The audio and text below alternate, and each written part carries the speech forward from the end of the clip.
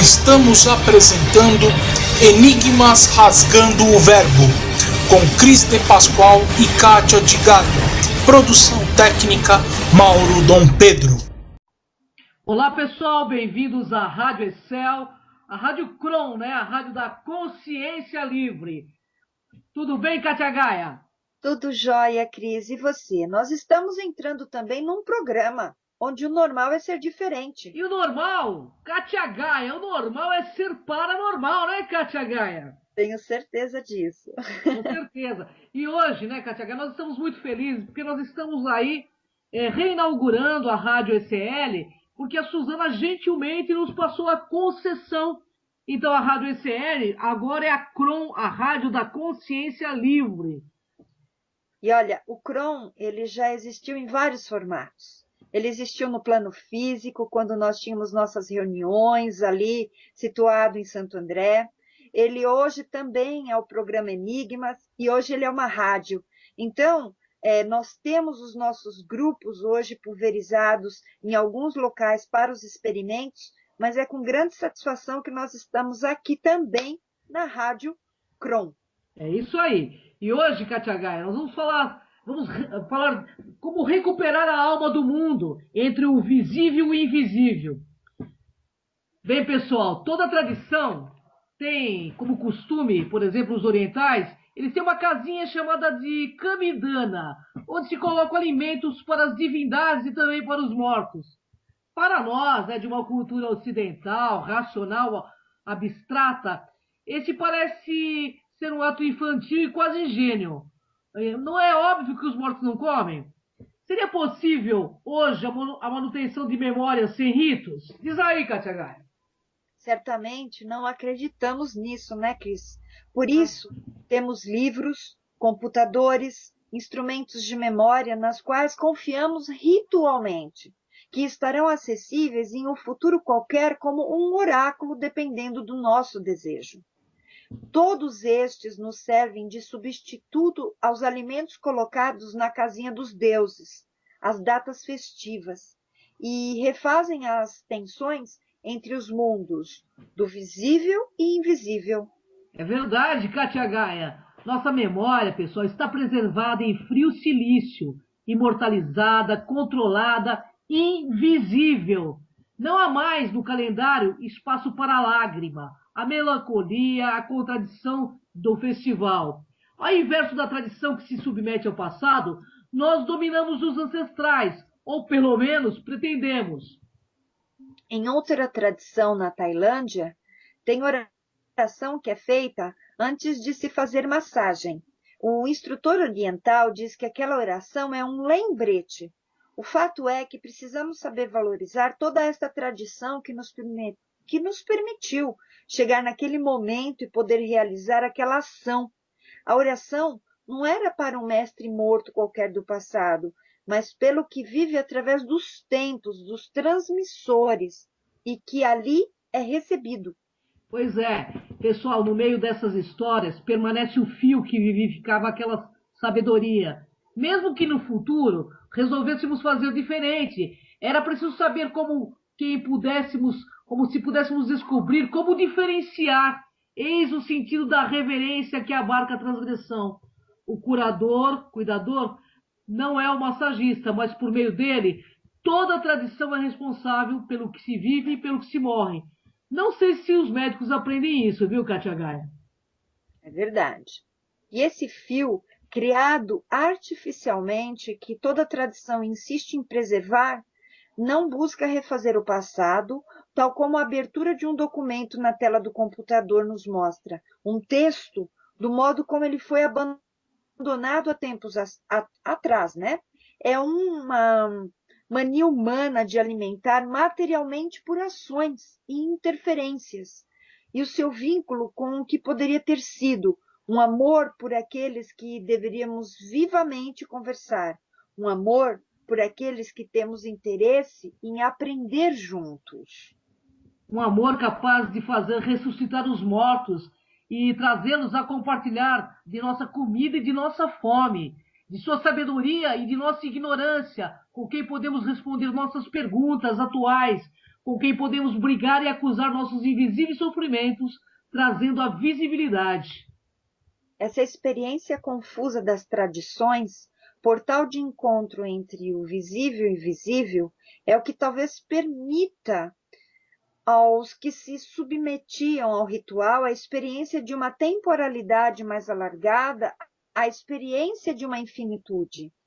Hoje, é costume dizer que os dias estão curtos, e passados os dias das crianças, já estamos programando as viagens do final do ano. Aconteceu algo com o tempo. Não aconteceu? O feriado é a rotina programada para escapar da rotina. É verdade, pois é. Todo feriado não comemoramos o mesmo, não é verdade? Afinal, não escapamos de nada, colocamos os fones de ouvido e cada um com sua música experiencia o mesmo isolamento que o morto em seu silêncio. O portal entre os mundos não se abre e vivemos confinados. Confinados. Mas há uma música contínua capaz de incomodar as profundezas de nossas vísceras, e um banquete de comidas exóticas de todos os tempos, e todos são convidados a deleitar-se. Basta voltar os ouvidos para além de si e fazer esta viagem atemporal dentro do nosso ser. Então, pessoal, quando passamos a interrogar o porquê das coisas, encontramos uma lucidez que nos clareia a visão, clareando inclusive nossos vastos corredores do santuário interno, porque devemos consagrar-se à apreciação do pensamento quando seja possível, a fim de iniciarmos na decifração dos segredos que para nós todos ainda velam no mental. Se as incógnitas do corpo fazem no mundo a paixão da ciência, que designa exércitos numerosos de hábeis servidores para a solução dos problemas de saúde e genética, ore conforto. Do além-túmulo, a grandeza da mente desafia-nos todos os potenciais de inteligência, no trato metódico dos assuntos que nos dizem respeito. A psicologia e a psiquiatria, entre os homens da atualidade, conhece tanto do espírito quanto um botânico, restrito ao movimento em acanhado círculo de observação do solo, tentasse julgar um continente vasto e inexplorado por alguns talos de erva, crescidos ao alcance de suas mãos. Libertos do veículo de carne, quando temos a felicidade de sobrepairar além das atrações de natureza inferior, que, por vezes, nos imantam a crosta terrestre, indefinidamente compreendemos que reside na base de todos os fenômenos e circunstâncias de nossas experiências isoladas ou coletivas. A mente é manancial vivo de energias criadoras. O pensamento é substância, coisa imensurável.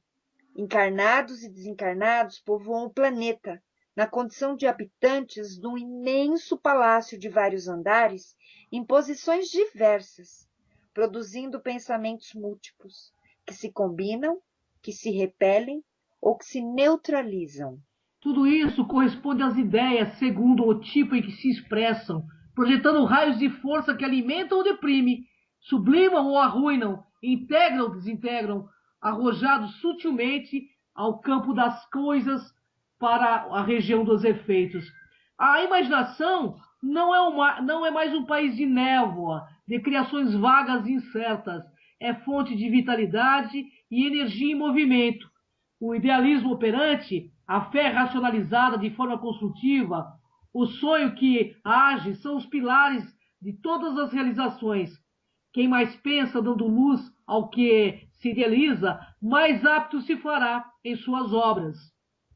E em razão desta lei que preside a vida cósmica, quantos se adaptarem ao reto pensamento e à ação coerente se fazem preciosos canais de energia cósmica que, em efusão constante, banha a humanidade em todos os ângulos do globo, buscando despertar por meio da lucidez redentora, convertendo-se em instrumentos vivos de uma exteriorização para benefícios da humanidade, e o erguimento da terra na busca de ações mais cosmoéticas. Então, pessoal, precisamos aprender a ver, não apenas olhar, mas ver, habituar os olhos à calma, à paciência, ao deixar que as coisas se aproximem de nós, aprender a adiar o juízo, a rodear e abarcar o acaso e o acaso particular a partir de todos os lados. Esse é o primeiro ensino preliminar para o espírito.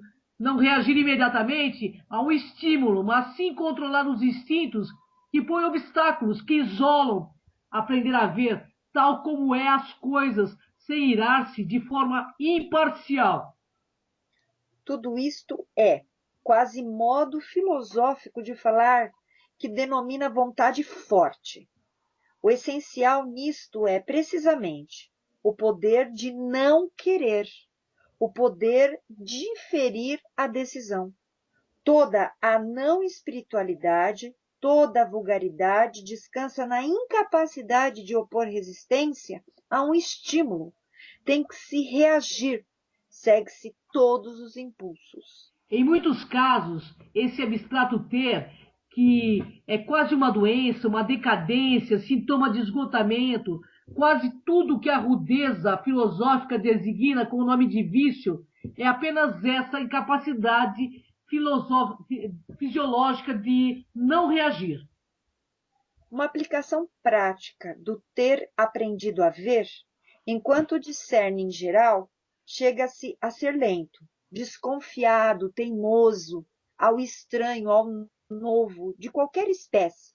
Então deixa aproximar uma tranquilidade hostil. E assim, ter abertas todas as portas, servir, saber falar perante as injustiças e estar sempre disposto a lançar-se de um salto para dentro de outros homens e outras coisas, em busca de si mesmo. Em suma, a famosa subjetividade moderna é algo tão aristocrático por excelência. O termo espiritualidade remete a fatos ou ações que transcendem a compreensão meramente material, cujo mecanismo se encontra na dimensão do espírito, a realidade vital que antecede e prepondera sobre a vida física. Num passo avançado, pessoal, desse conceito, encontramos a espiritualidade, que trata de fato de uma experiência universalista vivida a partir do sentimento de religação em atos com essa força criadora.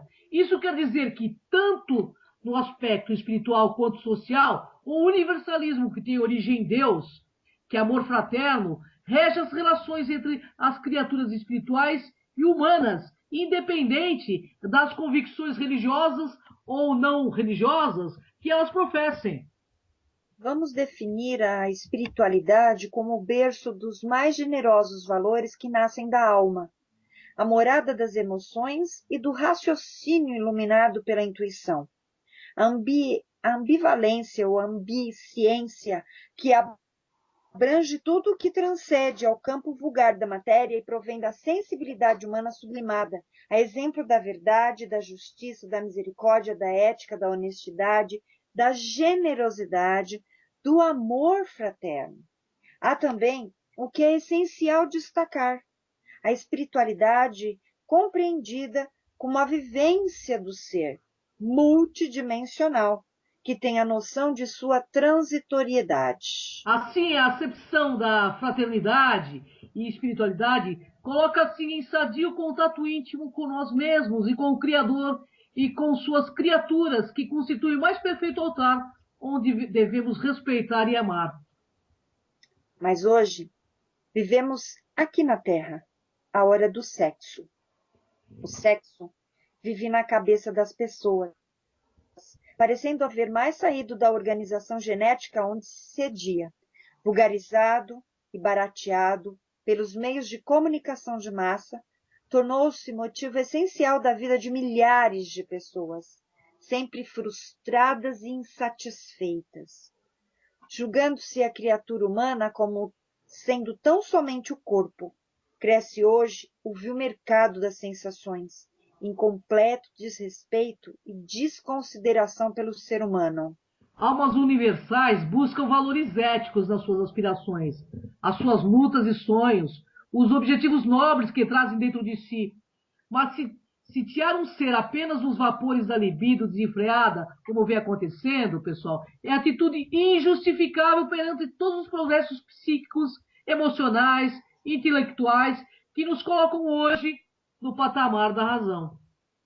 O fato é que, sem a afetividade sincera e honesta, dando a sustentabilidade à relação sexual do ser humano, este se faz presa fácil da parasitose obsessiva que se estabelece, acoplando-se ao chakra coronário, localizado no topo da cabeça, centro vital responsável pela alimentação das células do pensamento e relacionado ao funcionamento de todo o sistema nervoso.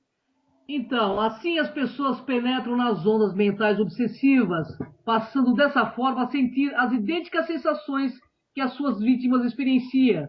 Simultaneamente a esse acoplamento, pessoal, ocorre a expansão de uma densíssima massa energética chamada ectoplasma, o qual permite com maior facilidade a absorção das baixas energias e relações sexuais das pessoas desavisadas. E hoje, desta forma, milhares de criaturas são vítimas das vampirizações espirituais. Se tivessem envolvido as suas vibrações no sentimento sincero e estivessem resguardando seus canais mediúnicos, que todos temos, se estivessem mantido seus pensamentos em patamar elevado, não seriam vítimas desses processos obsessivos. Pois é, pessoal, hoje na Terra temos a necessidade de uma educação mental. Sabe por quê? Porque o pensamento é força atuante. Estamos constantemente rodeados por consciências desencarnadas de toda a natureza. Pensar de maneira correta e elevada é a atitude de todo aquele que tem o desejo sincero de evoluir, de progredir sem limites, rumo à evolutividade que nos espera. Mas conforme as emanações mentais que mantivermos, da mesma forma se apresentará a nossa vida e o nosso comportamento. O ser humano é energia pensante, e onde estiver irradiará o que traz dentro de si, atraindo as companhias correspondentes. Por isso, o provérbio popular sabiamente diz: diga-me com quem andas, e eu te direi quem és. É verdade. Quando mantemos o pensamento no nível das prazeres vulgares, nossa vibração é sentida pela espiritualidade inferior, como se for um sinal sonoro, uma verdadeira sirene de desejo. Então, localizam com facilidade as pessoas inadvertidas. Então, tais emissões vibratórias em suas mentes ocasionam produção de enzimas psíquicas ou larvas astrais, a ponto de exaurir as fontes de energia da vitalidade mental que provocam transtornos de baixo teor vibratório, comprometendo assim a sede da consciência individual de cada célula, que passam então a funcionar irregularmente, abrindo assim o campo receptivo à instalação de várias doenças. Não são os micro-organismos visíveis os responsáveis pela causa das doenças, mas sim o psiquismo em deterioramento, que abre um canal patológico ao corpo perispiritual e físico. Há pessoas em nossos dias os quais entenderam erroneamente que o sexo é tudo e entregam-se a libertinagens sexuais de difícil libertação, as quais nem mesmo os especialistas conseguem compreender com facilidade. Enquanto se permitem a essas licenças animalescas, como vem ocorrendo, haverá a desorganização sistemática em todos os holochakras, que acarretará em desequilíbrios inadiáveis por lesarem com vigor seus corpos astrais. Então, ouvintes, entre o visível e o invisível é necessário perceber os olhares sinceros que se encontram e intercâmbios dos raios psíquicos magnéticos que os vitalizam, estimulando a coragem, o ânimo e a alegria de viver.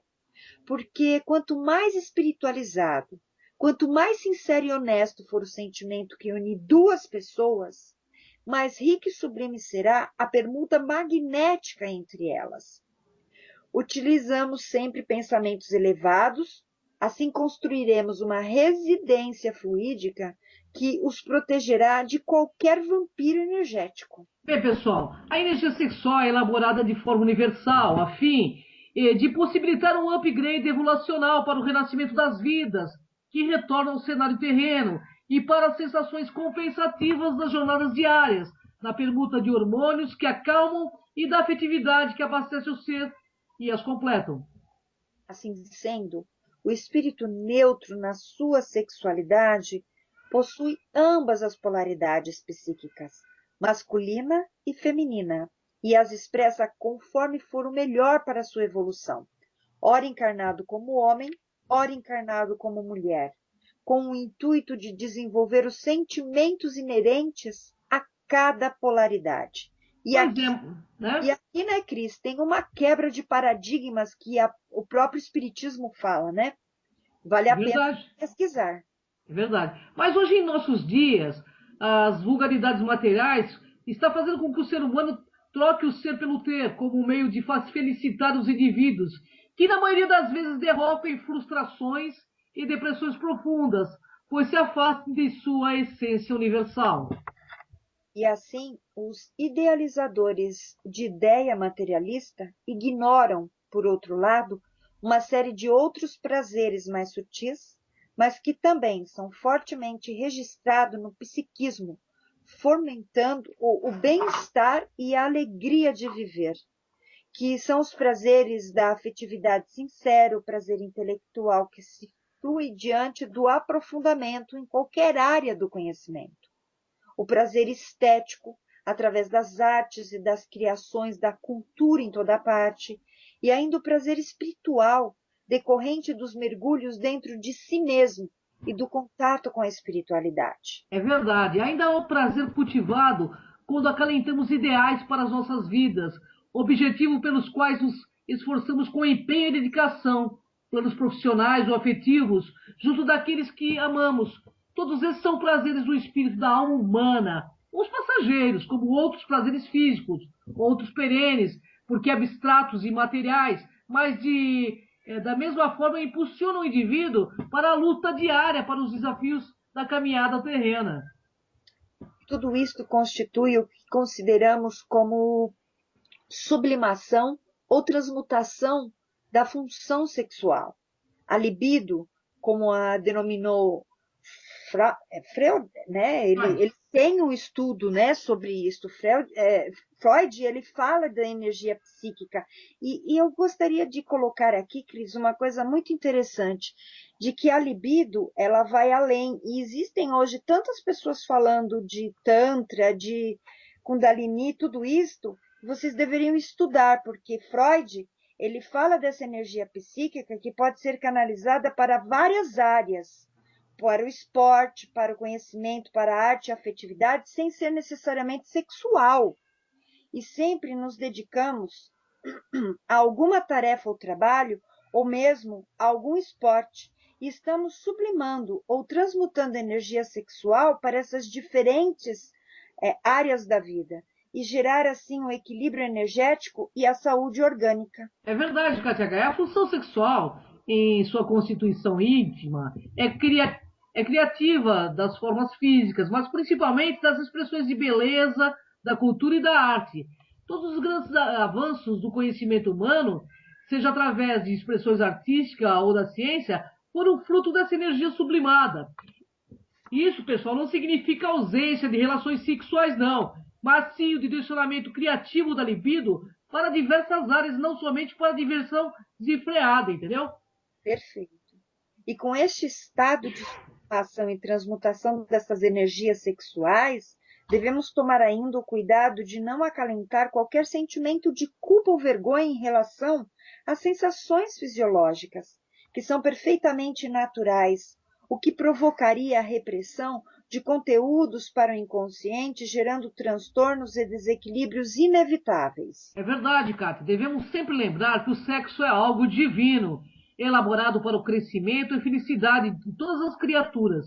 A forma como empregamos as forças sexuais do espírito é que responderá por suas consequências, quer sejam de luz ou de trevas. Torna-se agora inadiável, urgente neste momento, que essa visão espiritualista da sexualidade seja levada às gerações mais novas na tarefa de proporcionar uma correta educação para a vida sexual. A educação sexual que os jovens têm recebido nas escolas, na qual somente o corpo físico é abordado, os tem levado à entrega completa aos impulsos fisiológicos, os atirando em viciações e processos obsessivos lamentáveis.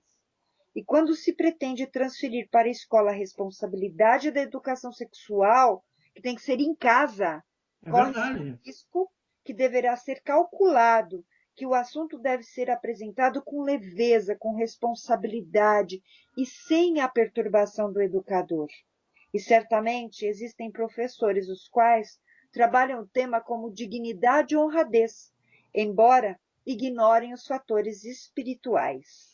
Mas em muitos locais, o que percebemos nas aulas ministradas sobre sexualidade, em sua maioria, é a completa banalização do assunto, como a utilização de palavreado impróprio e vulgar, além de imagens chocantes que causam perturbações nos mais tímidos e incitam cinismos e a malícia aqueles espíritos que renasceram sob a influência de vícios muito arraigados, que, longe de serem reforçados, deveriam ser substituídos por hábitos mais salutares.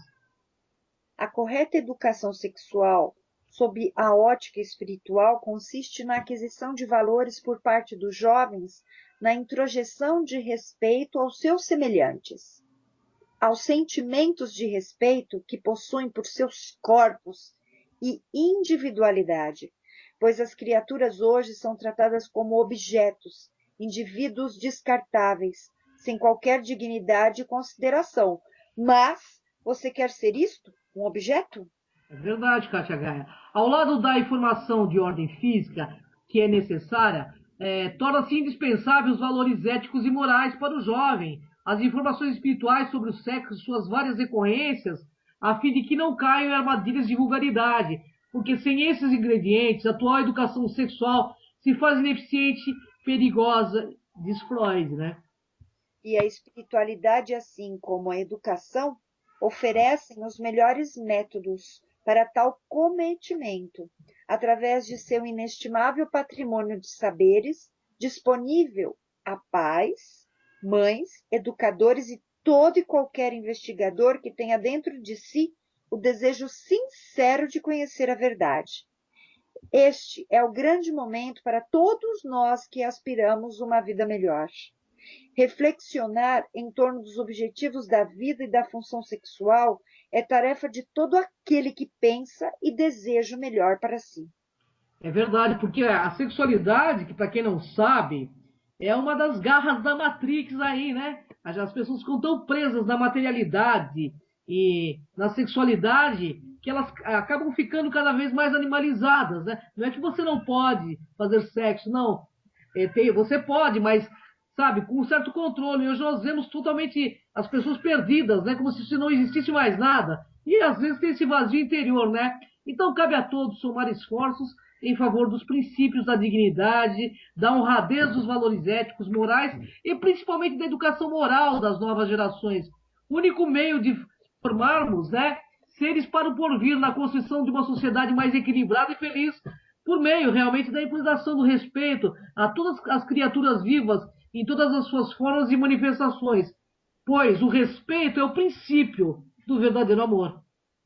Tão logo o ser humano optar pela liberdade ante as amarras que o prendem aos baixos desejos, tão logo decida educar o seu pensamento e manter as suas relações sob o alicerce do amor sincero e puro, libertar-se-á com facilidade das malhas da obsessão, porque vibrará em outros padrões de ondas.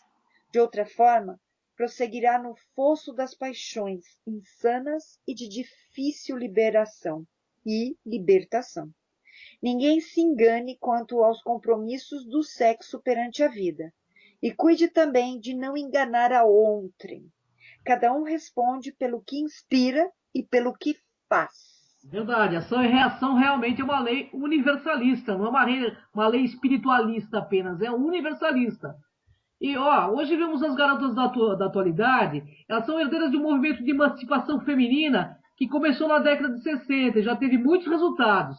A inserção da mulher no mercado de trabalho, motivado não mais pela necessidade de complementar a renda familiar, mas como meta pessoal, a pílula anticoncepcional foram determinantes para a recente igualdade entre os sexos.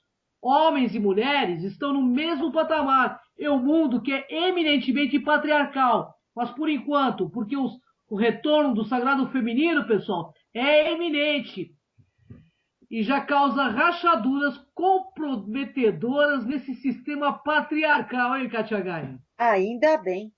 E o que teremos que aprender é que masculino e feminino são dois polos do ser humano. Todos nós temos essas duas polaridades.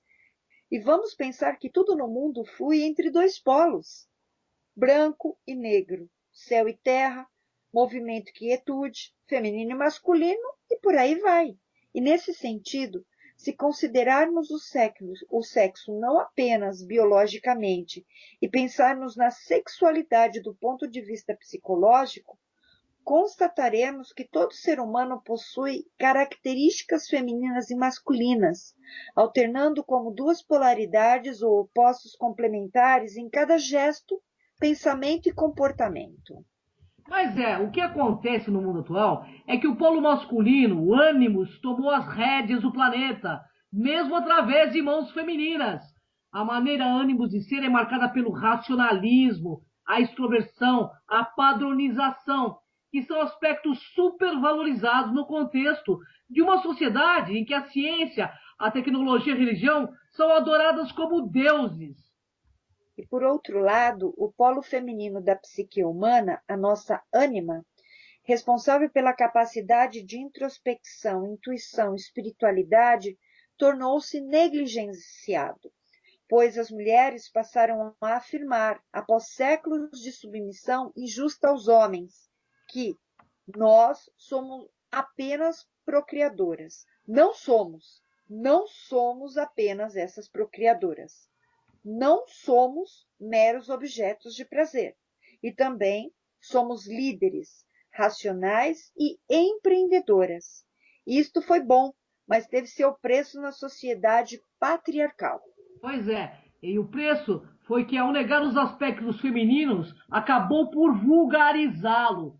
O preço da negação do ânima é, dentre outras coisas, a vulgaridade sexual promovida, certamente por uma sociedade patriarcal que vê a mulher como um objeto.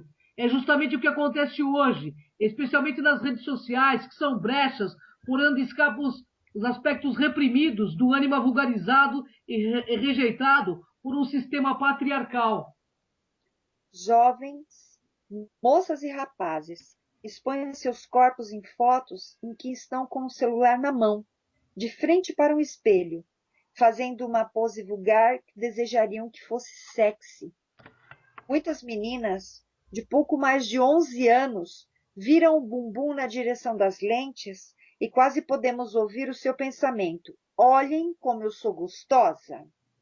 Meninos colocam a língua para fora com o peitoral nu e muito avantajado para pouca idade, sugerindo horas de dedicação ao próprio corpo numa academia como novos narcisos, enfeitiçados pela sua própria imagem.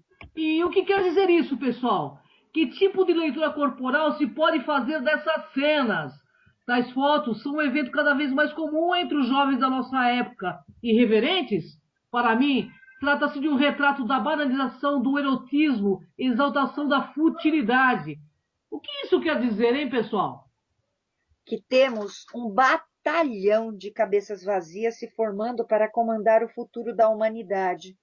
Não porque lhes falte a inteligência, pois muitos destes jovens são estudiosos, filhos de famílias tradicionais, alunos das melhores escolas.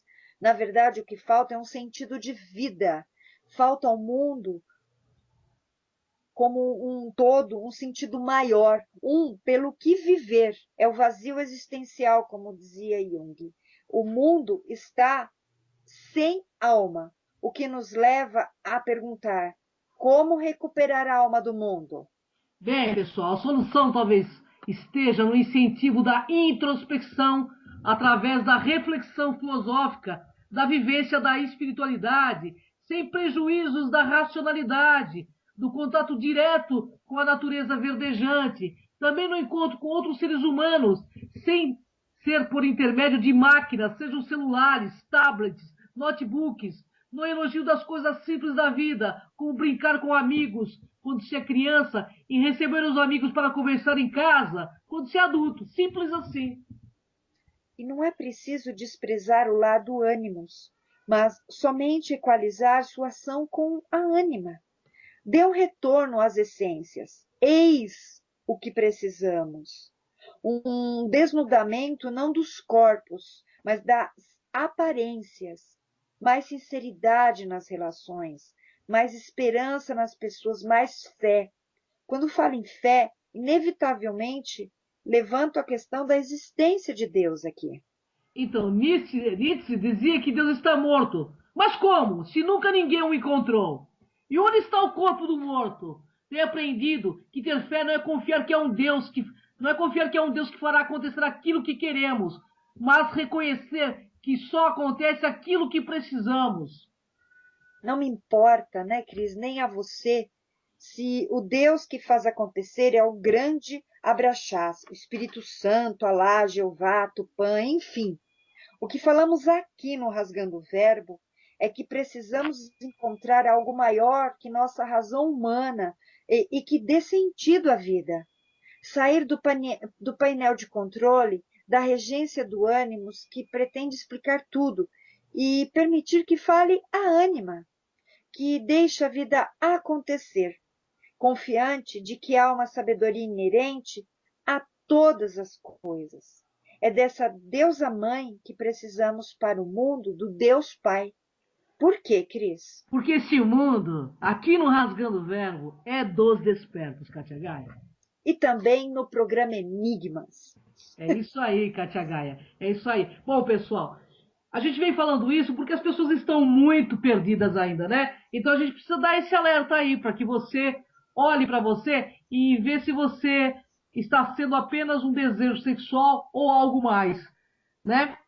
Porque nós somos muito mais do que isso. Nós temos um cérebro e esse cérebro, essa cabeça da gente está ligada ao self e a gente precisa acessar, né? Com equilíbrio toda essa nossa esse nosso eu desperto, né, Kátia Gaia? E eu acredito que, claramente, moda, ela não deve ser seguida porque o outro faz.